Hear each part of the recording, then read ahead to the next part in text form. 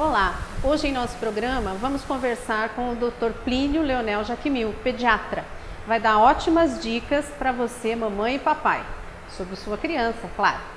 Venha comigo, você vai conversar com o Dr. Plínio. Tudo bem, Plínio? Tudo bem.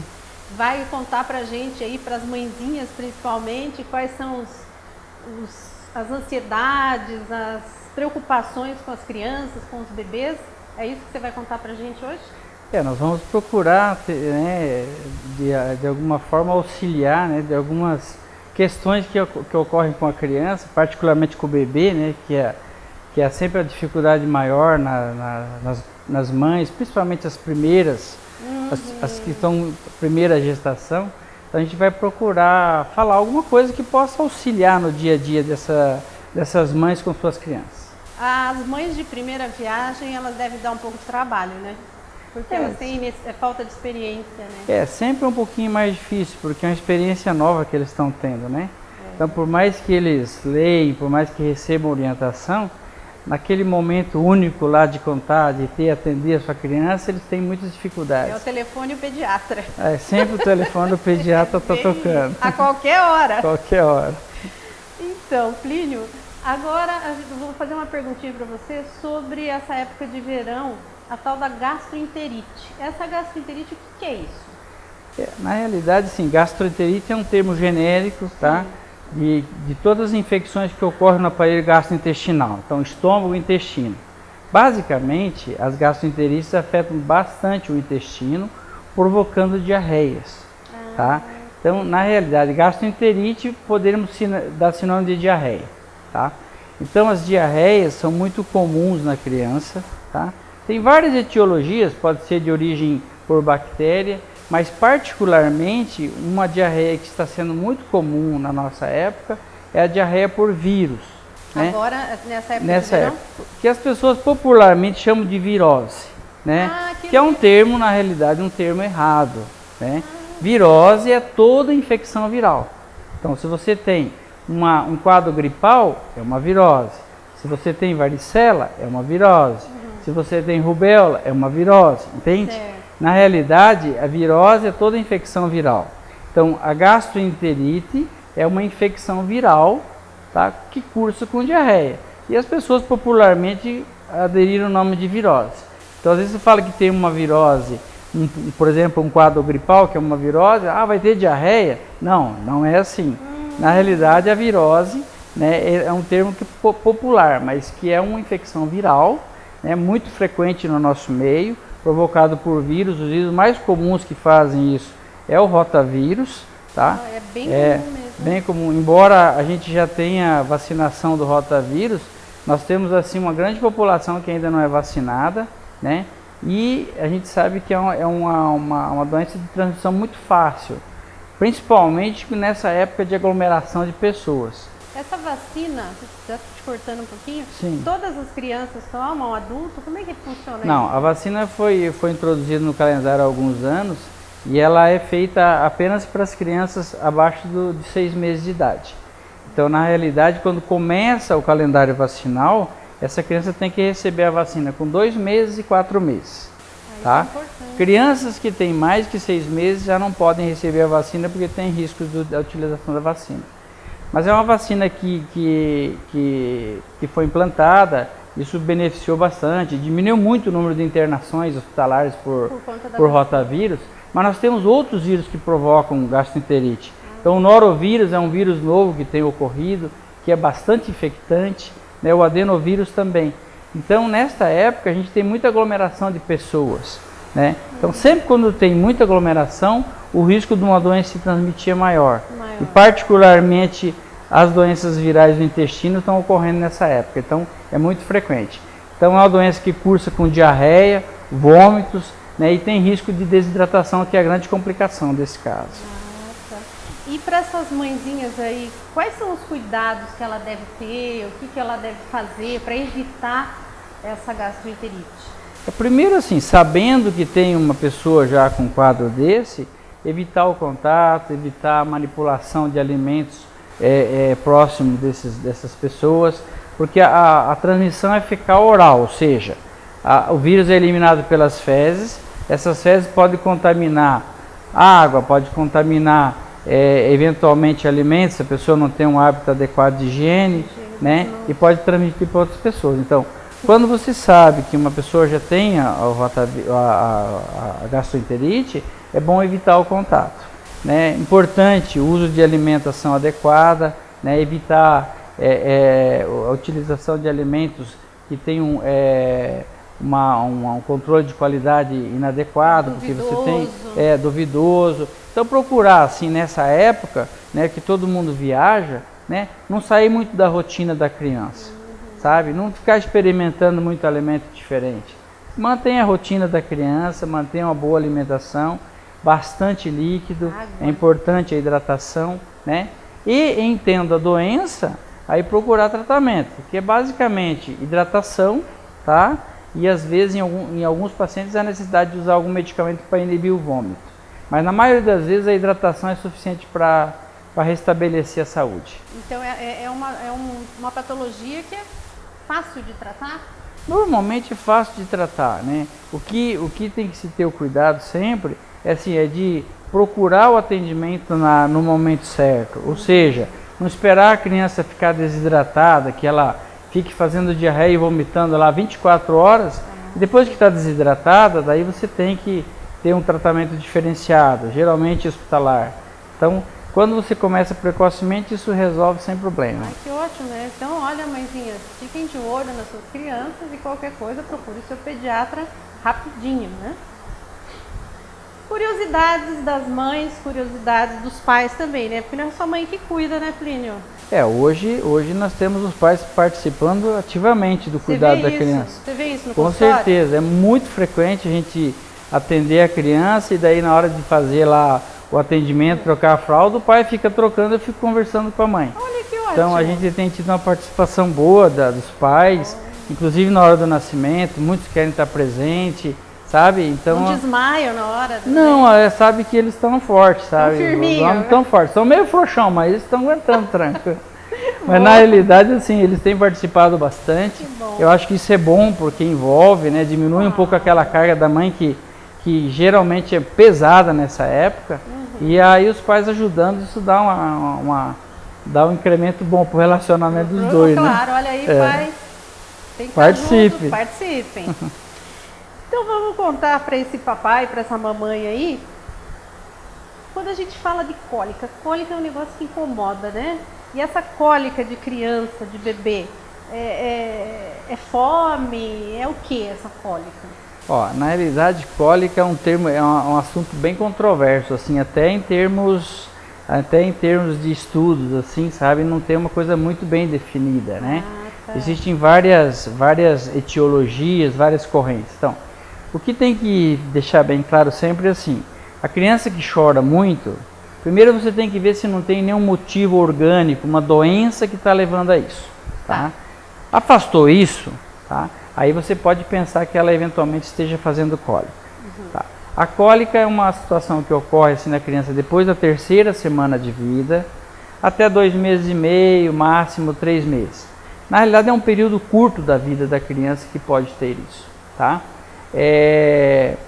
Alguns casos podem ser por intolerância alimentar, quando essa criança não está recebendo aleitamento materno, por exemplo. Tá? Ela pode ter intolerância à proteína do leite, ela pode ter intolerância à lactose, que eventualmente pode dar dor abdominal e manifestar com choro e cólica, tá? E você tem, a grande maioria, tá? Está envolvido com uma situação mais de ansiedade familiar, tá? São crianças que às vezes choram muito, a mãe também está muito ansiosa, sabe? E isso, na realidade, não tem doença. É a ansiedade da própria mãe. Ansiedade da própria mãe, da própria família. Tá? E isso às vezes você tranquilizando, mostrando que não tem doença, geralmente já melhora, já tranquiliza e a criança começa a chorar menos. Olha, tá? interessante. Tem algumas situações e tem algumas teorias também que existe a criança quando nasce e depois da 3ª, 4ª semana de vida, ela começa a receber muito estímulo visual, sonoro. Então tem uma corrente que acredita que isso seria uma necessidade de choro. A criança estaria cansada, entre aspas. tá? Então... Por isso que explica, por que é final do dia, início da noite? Ele chora uma hora e meia, no outro dia não está acontecendo mais nada, tá bem. Chega naquele horário de novo, sabe? Então quem diz, então, fiquem quieto que eu estou cansado. Exatamente. Então existe uma teoria que acha que é isso, tá? Por que daí passa depois de 2 meses e meio, 3 meses? Porque depois a criança já começa a brincar com as mãos, ela já começa a brincar, olhar móvel, então ela já tem outros mecanismos para extravasar, entre aspas, aquela necessidade, tá? Então é uma teoria muito aceita hoje e é que a gente vê na prática que é uma coisa que funciona, porque na realidade não existe nenhum remédio eficaz, efetivo, que fala, olha, vai usar, não vai chorar mais. Vai parar. Não existe isso. Então, quando a gente tem a criança assim, a gente procura tentar afastar a doença orgânica, tá? Não tendo isso, tranquilizar os pais, mostrar que isso é uma situação transitória, tá? E que isso vai passar e a coisa vai funcionar vai bem. Ficar vai ficar tranquilo. Tranquilinho, né? A alimentação da mãe, isso é verdade, é mito, que a alimentação da mãe vai influenciar nas cólicas da criança? Existe, isso aí não, existe um tabu muito grande em cima disso. Na realidade, assim, hoje está bem definido, assim, do ponto de vista científico, que muita pouca coisa altera. Né? O que poderia eventualmente gerar cólica? Quando você tem uma criança que possa ter uma alergia à proteína do leite, e daí a mãe que ingere leite, a criança pode chorar bastante. Tá? Mas é uma situação bem rara, não é uma coisa tão comum. Não. Então, nessa situação, o alimento estaria implicado.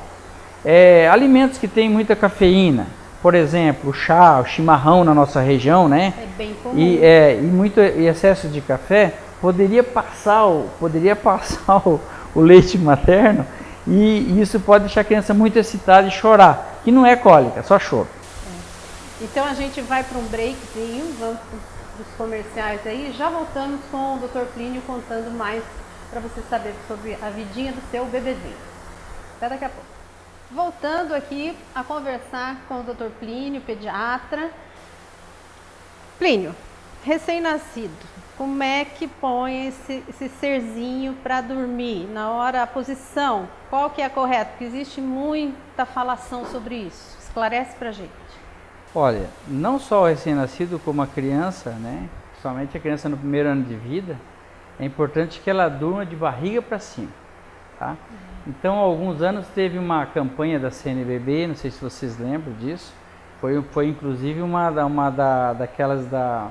daquela campanha que faz durante a período de Páscoa ali, né? Semana Eucarística. Então eles fizeram uma campanha para botar o bebê dormir de barriga para cima. Tá? Isso tem uma explicação científica para isso, né?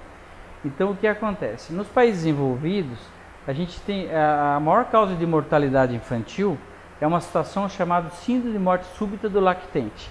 Aquela criança que vai dormir e acorda morta. Quer dizer, nem acorda. Tá? Não, vai estar morta, né? Tá morta. Aí assim, o que acontece? No nosso meio, essas crianças são rotuladas como que tem aspirado durante a noite, esse tipo de situação, porque aqui não tem verificação de óbito adequada. Nos países desenvolvidos, eles tentam achar a etiologia dessa doença. O que causou, tá? O que causou a morte, né? E como a mortalidade era grande nessa situação, eles começaram a verificar e tentaram chegar a algumas situações que aumentam o risco dessa criança morrer, tá? Então tem vários fatores e um deles é o ato de dormir, o dormir de bruço, de barriguinha para baixo, tá? Então eles fizeram uma campanha nos Estados Unidos e na Inglaterra, tentando trabalhar com as mães para todas elas colocar essa criança a dormir de barriga para cima, tá? Fizeram isso durante 2 anos e depois eles fizeram um estudo de novo da morte súbita do lactente. Reduziu em mais de 50% o índice de mortalidade infantil. Então, para ver que isso é fundamental. Mas né? e a criança ficar de lado? A criança também, a criança ficar de lado, também você pode ter, se ela fica muito próxima do protetor de berço, que todo mundo tem, tá? E ela eventualmente rola um pouquinho, e ela fica muito próximo, ela acaba soltando o seu gás carbônico e inalando ele, reinalando. Isso pode fazer apneia A criança pode fazer uma parada respiratória durante a noite e ninguém perceber. E no caso dela estar deitada de barriguinha para cima, o fato de broncoaspirar? Muito difícil. Se a criança não está imobilizada, daí é importante também não deixar ela que nem uma múmia, né? Toda enrolada, enfaixada, sem movimento. A criança em condição normal, ela tem um mecanismo de defesa importante, que é o mecanismo de tosse e daí jogar esse alimento. Quando ela reflui o alimento, ela naturalmente tosse. Tá. Se ela está para cima, ela tosse e isso vai para cima. Não tem risco dela morrer com aspiração por causa disso. Tá? Então, na realidade, a posição de barriga para cima é segura, cientificamente comprovada que funciona e a gente tem trabalhado para isso. É melhor então que a melhor do que a posição de lado e principalmente melhor que a posição de bruços. De bruços a gente já então sabe é importante que essa conduta seja tomada com todas as crianças, principalmente no primeiro ano de vida, que é onde ocorrem essas mortalidades, né? Que interessante, olha gente, é um assunto bem polêmico, mas que está aí esclarecido, né? Já aproveitando que você falou nessa história aí de broncoaspiração, do refluxo, se volta algum alimento, como é que a mãe vai saber que o bebezinho tem refluxo? Olha, isso também é uma situação muito corriqueira, né? A gente sabe assim, a criança pequena, do nascimento até 6, 8 meses, 1 ano de idade, ela não tem funcionando muito bem o esfíncter do esôfago. Nós temos entre o nosso esôfago, que é o canal que liga a boca com o estômago, a gente tem um sistema que funciona tipo uma válvula. O alimento entra e não volta. Você pode tomar um copo de água e ficar de ponta cabeça, não volta nada, porque nosso sistema funciona bem. A criança pequena tem isso não funcionando muito bem. Então é muito comum crianças pequenas refluírem leite. Certo. Tá? Isso chama-se refluxo fisiológico. Toda criança volta leite. Uma ou outra mais, menos, tá? Mas é normal. Normal. O que tem que diferenciar? Diferenciar esse refluxo fisiológico normal que toda criança tem da doença do refluxo. A doença do refluxo é quando essas voltas estão provocando algum sintoma. Por exemplo, criança que reflui muito e o fato de refluir muito não aproveita o alimento, não ganha peso. Esse é um sintoma, aí tem que tratar. Ou aquela criança que o fato de refluir muito, acaba vindo muito conteúdo gástrico, que é ácido. Queima. E vai irritando o esôfago, fazendo a esofagite e dá uma queimação. Essa criança tem manifestação de azia. Então é aquela criança que chora o tempo todo. Que está doendo. Está doendo, tá? Diferencia de cólica, que cólica tem um horáriozinho que chora. Aquela criança que chora o tempo todo não é cólica, tem que ter outro motivo. Aí que eu disse que pode ser uma doença orgânica, né? Nesse caso, é uma doença do refluxo com esofagite. Essa merece tratamento, tá? Então assim, a grande maioria das crianças que reflui leite tem refluxo fisiológico. Faz não precisa tratar. À medida que ela vai crescendo, naturalmente vai melhorando. Se ela está bem, gordinha, crescendo, sorridente e não chora, não precisa fazer nada. Então, só limpar o leitinho que volta e está resolvido. Isso com a idade vai melhorar. E a doença do refluxo, sim, daí tem que tratar porque é um incômodo muito grande. E a criança sofre bastante, né, com isso? Quando tem doença do refluxo, sim, é uma coisa bem desconfortável. Mas hoje o tratamento é bem eficaz também e funciona bem. Tem uma postura, não sei se usa ainda, de colocar a criança dormindo naquele triângulo por conta do refluxo? Sempre que tem, mesmo que seja o refluxo fisiológico, elevar a cabeceira da criança para dormir uns 30 graus funciona. Mas aí é importante assim, não elevar travesseiro nem colchão, tá? Elevar o bercinho mesmo. Então eu sempre costumo pedir para eles colocarem um tijolo de 6 furos, apoia a cabeceira da cama nisso e ele fica inclinado, isso dá uns 30 graus. Aí não tem risco de dificultar a respiração da criança quando você levanta travesseiro, deixa o travesseiro alto, né? Entorta um pouquinho. Entorta, a criança dorme torta, então eleva a caminha inteira, isso ajuda, funciona bem, e isso é uma orientação que pode ser dada, que as crianças melhoram. Olha gente, uma dica ótima essa, hein? Ainda falando dessa idade tão tenra aí do bebê, a hora que começam os dentinhos a aparecerem, a febre é normal, a irritação é normal. Como é que se explica essa situação para as nossas mãezinhas aí? Olha, isso a gente brinca porque assim, isso é uma coisa que é corriqueira, né? É corriqueira e incomoda. Assim, existe uma preocupação tão grande com isso e na realidade não existe tanto problema assim, né? A criança não sofre tanto, né? Não é tão dolorido? Não, porque dá a impressão é tão... que dói, ela morde. Não, na realidade ela tem prazer nisso, ela quer coçar, ela quer mexer, né? Mas assim, o que a gente observa? Primeiro assim, presença de febre não é comum. Não. Se você tem uma criança que está lá, botando a mãozinha na boca, coçando a gengiva, e começa febre, é uma febre que fica persistindo, tá? Tem que procurar outra causa, não fica pensando que é o dente. Deve ser alguma outra doença que está com intercorrência junto ali. Então a febre não é sinal de febre, temperatura, que seja lá de 37,5 acima, né? 38, 38,5, não é de dente.